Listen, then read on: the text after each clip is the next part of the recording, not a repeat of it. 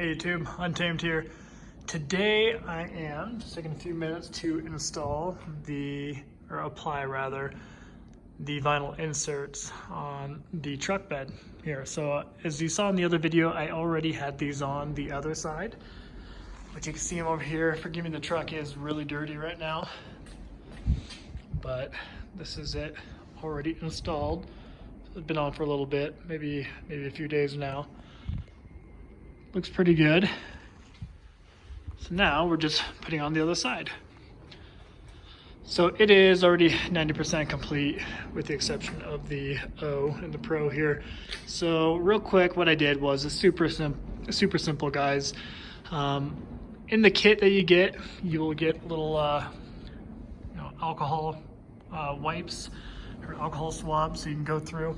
Obviously you want to make sure you're starting with a clean surface to begin with. So what I did was, because it is dirty, although I recommend washing it before doing it, what I had was, bring it up here. So I just did McGuire's Ultimate Wash here. So I went over it with this, just that section that was already dirty. Then I went through it, I dried it off, of course, and I went through it with the alcohol swab.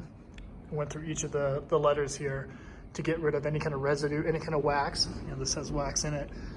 Get any kind of residue off of it. So you're starting from the best possible surface to apply something to that will actually last a long time. So I went through and did that for each of the letters. Made sure it was dry after the fact, after I used the alcohol swab. And while on video here, we'll apply this last one here. So they're super simple. See if I can match it up okay. So it's kind of hard to mess up, if I'm being honest. So I just kind of have it on there loosely right now. You can start adjusting the fit of it.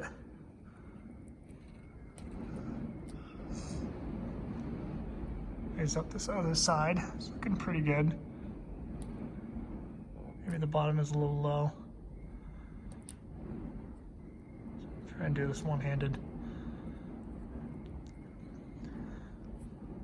All right. It's looking pretty good, pretty flush. Again, maybe push that up a little bit. Originally when I ordered this, and admittedly why you only saw one side installed in my previous video, they only sent me one of these R's in the package that I got. So I shot them an email saying, hey, I only got one of these, and they're like, oh, we're really sorry, and they sent it out within a couple days and we had it. So they're really cool about it. So there you have it. How does it look? I think we're looking pretty good. Alrighty, so there you have it. There's the big picture there. It gives you an idea of how dirty the truck is right now. But yeah, just let me know what you guys think. Obviously, super easy install. I'm gonna show you guys another little thing that I got. And when I bought this, before I even show it to you, my wife, she about, her eyes rolled in the back of her head totally when I showed her this. She was like, seriously, do you really need to do that?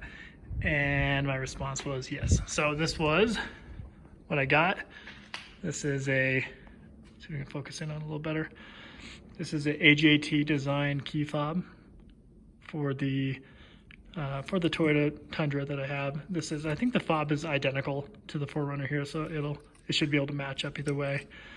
But if you guys recall, the key fob on that comes with these stock is straight garbage. They're just super cheap looking, whereas this one is actually at least kind of quote unquote tactical looking. Definitely feels a lot more durable. I mean, it still is a hard plastic, so don't be totally fooled by it, but I think it looks a ton better than what it did. So yeah, just want to share that with you. I think I'm gonna get a black one for the 4Runner.